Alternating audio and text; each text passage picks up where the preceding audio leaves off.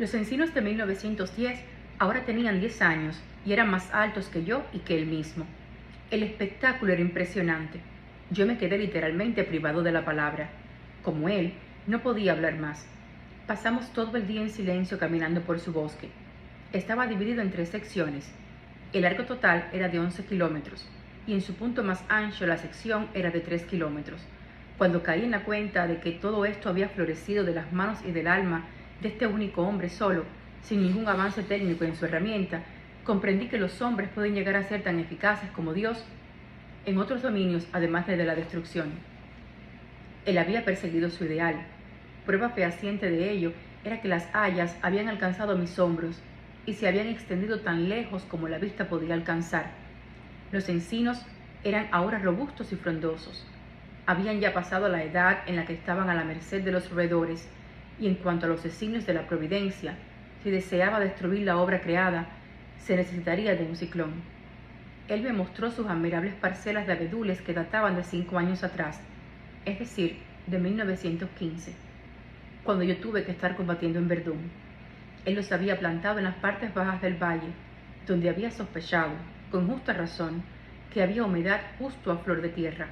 Eran tan tiernos como jóvenes adolescentes y muy decididos. La creación estaba en el aire, por doquier, se veía como la sucesión estuviera tomando su propio camino. Él no se preocupaba, se ocupaba. Perseguía obstinadamente su objetivo. Era tan simple como eso. Al descender por el poblado, pude ver agua correr en los arroyos que en la memoria de los hombres habían estado siempre secos. Era la más extraordinaria reacción en cadena la que este hombre me había dado la oportunidad de presenciar. Estos arroyos, secos que en tiempos muy antiguos habían llevado agua, habían vuelto a florecer. Algunos de estos tristes poblados, de los que había comentado al comienzo de mi relato, estaban construidos sobre edificios de antiguas ciudades galorromanas, donde aún quedaban algunos trazos de estas antiguas culturas. Ahí, los arqueólogos habían encontrado anzuelos de pesca, en lo que en tiempos más recientes habían sido cisternas para abastecer de un poco de agua a estos secos lugares. El viento dispersaba también algunas semillas. Al mismo tiempo que el agua reaparecieron los sauces, las enredaderas, los prados, los jardines, las flores y positivas razones para vivir. Realmente la transformación había tenido lugar de manera tan paulatina que había penetrado y se había instalado en la costumbre sin provocar ningún sobresalto o sorpresa. Los cazadores, que subían a la soledad de las montañas para perseguir liebres o jabalíes, habían constatado también la presencia de pequeños árboles. Sin embargo, atribuían los cambios a los procesos naturales de la tierra. Esta era la razón por la que nadie había tocado su obra, porque nadie en absoluto había llegado a estar en contacto con este hombre. Era insólito.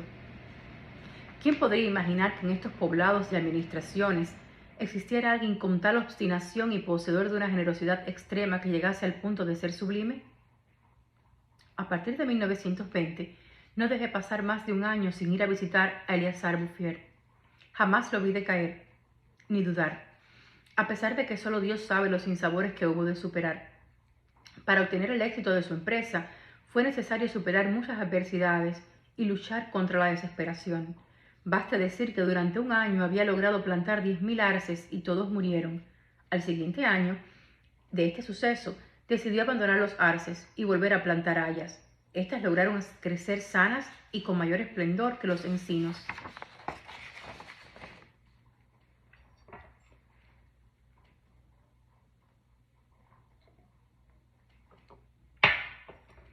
Para tener una idea más precisa del carácter excepcional de nuestro personaje, no hace falta más que recordar que vivía en una soledad total, sí, total, a tal punto que hacia el final de su vida había perdido la costumbre de hablar, o quizás era que ya no había visto la necesidad de hacerlo. En 1933 recibió la visita de un guardia forestal atolondrado. Este funcionario le advirtió de no provocar fuegos a la intemperie, ya que podría poner en riesgo el bosque natural. Fue la primera vez que un hombre le dijera de forma tan pueril que había visto crecer este bosque por sí solo, de manera espontánea. En este tiempo él estaba pensando en plantar hayas en un claro a 12 kilómetros de su casa, para evitar el ir y venir de ese sitio, ya que para aquel entonces contaba con 75 años de edad. Estaba ambicionando construir una pequeña casita de piedra en el lugar mismo donde se encargaría de plantar los árboles. Esto fue lo que hizo el año siguiente. En 1935, un verdadero delegado de la administración vino a examinar el bosque natural. Había con él un personaje importante del Ministerio de Aguas y Bosques, un diputado y técnicos. Se pronunciaron muchas palabras inútiles. Se decidieron hacer algunas cosas. Y afortunadamente no se hizo nada, excepto por una medida verdaderamente útil. Se puso al bosque bajo la salvaguarda del Estado y se prohibió que se viniera a hacer carbón. Era evidente que era imposible no ser subyugado ante la belleza de estos jóvenes árboles plenos de salud. Este bosque ejercía sus poderes seductivos incluso en el mismo diputado. Yo tenía un amigo entre los directores del departamento forestal que estaba en la delegación. Le expliqué lo que para él era un misterio. Un día de la siguiente semana fuimos los dos juntos a buscar a Eleazar Bouffier. Lo encontramos en pleno trabajo, a 20 kilómetros del sitio donde se había realizado la inspección anterior. Este capitán forestal no era mi amigo nada más porque sí. Él conocía el verdadero valor de las cosas. Él sabía permanecer en silencio. Le ofrecí algunos huevos que había traído conmigo como regalo. Dividimos nuestros alimentos en tres y pasamos algunas horas sin decir ninguna palabra en la contemplación del paisaje. La ladera donde estábamos estaba cubierta por árboles de 6 a 7 metros de alto. Yo recordé el aspecto del sitio en 1913, un desierto. El trabajo apacible y regular, el aire lleno de vitalidad de las alturas, la frugalidad y sobre todo la serenidad de su alma le habían dado a este hombre una salud casi solemne. Era un atleta de Dios. Me preguntaba cuántas hectáreas más él habría todavía de cubrir con árboles. Antes de partir, mi amigo hizo una simple sugerencia concerniente a algunas especies de árboles para las que el terreno parecía especialmente adecuado. Él no insistió más, por una muy buena razón. Me aclaró después. Este buen hombre sabe mucho más que yo. A una hora más de camino, esa idea se le había fijado en su pensamiento, y entonces agregó, él sabe mucho más que todo el mundo. Él había encontrado un motivo para sentirse orgulloso y feliz. Fue gracias a este capitán forestal que no solamente el bosque fue protegido, sino que junto con él la felicidad de este hombre. Hizo nombrar a 3 guardias forestales para la protección de los territorios. Los ubicó de tal manera que permanecieran indiferentes a cualquier cantidad de vino que los talamontes pudieran ofrecer como soborno.